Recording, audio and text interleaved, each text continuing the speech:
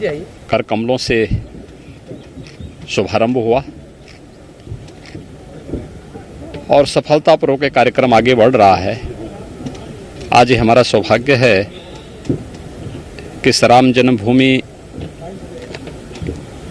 मंदिर के गर्भगृह में भी अब शिलाओं को व्यवस्थित रूप से रखने की जो शास्त्रीय परंपरा थी उसका आज यहाँ पर सफलतापूर्वक निर्वहन का कार्यक्रम पूज्य संतों और मंदिर निर्माण से जुड़े हुए न्यास के पदाधिकारियों की उपस्थिति में आज यह कार्य भी प्रारंभ हो चुका है। अब मंदिर निर्माण का कार्य द्रुत गति से आगे बढ़ेगा और सैकड़ों वर्षों की जो भारत की आस्था जिस पवित्र कार्य के लिए तरस रही थी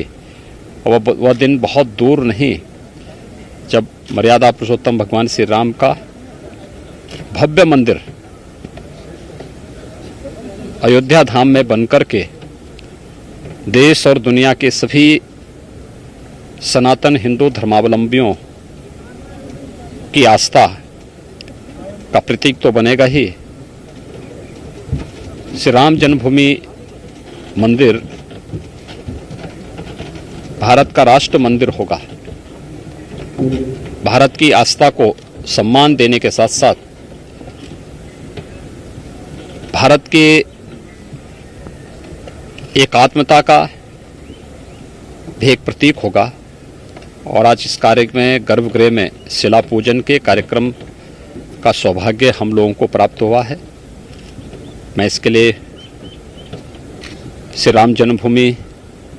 मंदिर न्यास से जुड़े हुए सभी ट्रस्टियों को, सभी पदाधिकारियों को हृदय से इसके लिए धन्यवाद देता हूं। निर्माण कार्य से जुड़ी हुई जो कार्यदायी संस्थाएं हैं विगत पौने 2 वर्ष के अंदर बहुत तेजी के साथ उन्होंने इस कार्यक्रम को आगे बढ़ाया है और हम विश्वास के साथ कह सकते हैं कि प्रधानमंत्री मोदी जी के मार्गदर्शन में उनके करकमलों से जिस कार्य का शुभारंभ हुआ है अपना समयबद्ध ढंग से कार्यक्रम आगे बढ़ेगा और अयोध्या में 500 वर्षों की जो हिंदू जनमानस की एक तड़पन थी अब वह बहुत शीघ्र मूर्त रूप लेता हुआ दिखाई दे रहा है। क्या लग रहा है गुरु जी की भी इच्छा पूरी हो रही है वैद्यनाथ? देखिए, सभी पूज्य संतों का और खासतौर पर गोरक्षपीठ की 3 पीढ़ियां इस पूरे कार्यक्रम के लिए समर्पित भाव के साथ कार्य कर रही थी। सरदेव अशोक सिंगल जी,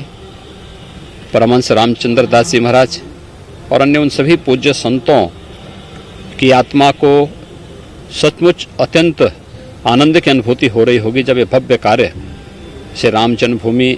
मंदिर न्यास के नेतृत्व में, निर्देशन में